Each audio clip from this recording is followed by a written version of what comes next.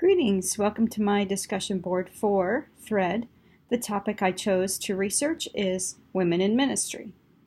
This subject is sometimes controversial and sometimes touchy, mostly among denominations, but is definitely a one that's of interest as demonstrated by doing a simple search of the words Women in Ministry on the Jerry Falwell website.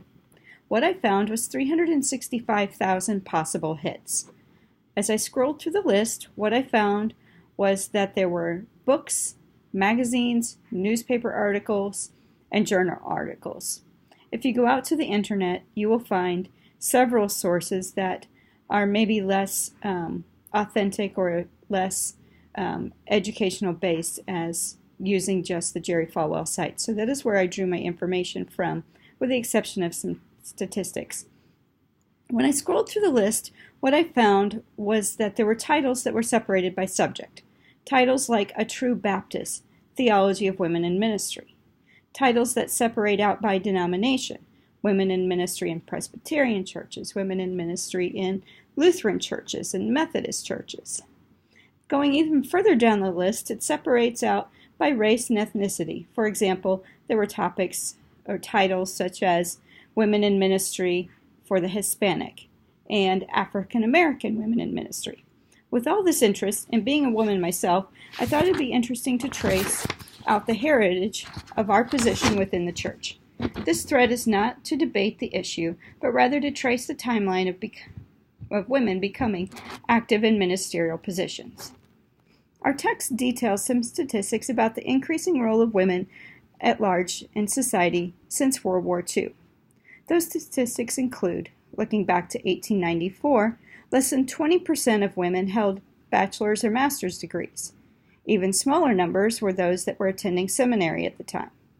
This number jumped to 50% by the 1980s, and now, according to the National Center for Education Statistics, women holding bachelor's or master's degree tops 60%.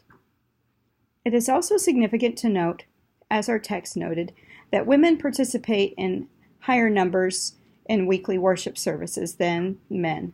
And this was noted after World War II, but it can also still be noted today. It stands to reason then that if women attend church more regularly and are obtaining degrees at a higher rate than their male counterparts, that they would be more engaged in the operation and ministerial duties of the church. However, this is not the case. There have been waves of increase and decrease across many denominations. In the 1920s, the Methodist Episcopal Church began ordaining women. Other Protestant denominations came behind them from the 1950s to the 1980s.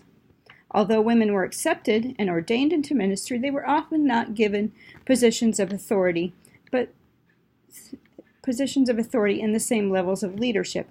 They were placed as missionaries or internment pastors, or even revivalists.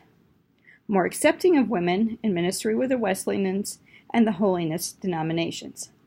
Catholic and Orthodox denominations have yet to ordain women as priests, but do allow them to fill some other positions within the church. The 20th century found several women serving in various ministerial capacities. Names that we've become familiar with and names that are identified in our text are Amy Semple McPherson, 1890 to 1944. She was noted as being a missionary and revivalist. Malia Jackson, 1911 to 1972, who contributed greatly to gospel music. Christian writer Flannery O'Connor, 1925 to 1964, most being noted for her editor position at Guidepost magazine. Another name that we're familiar with is Catherine Coleman, 1907 to 1976. She was known as the healing evangelist. She filled stadiums and had a successful radio ministry. Her life in ministry is often considered controversial because she married and divorced 3 times. These forerunners in ministry have led the way to many discussions at meetings held by the Southern Baptist Convention and Ecumenical Stewardship Center. According to Amy McLaughlin, editor for the Presbyterian Record, women are asking the questions: why are only 25% of women serving in pastoral positions?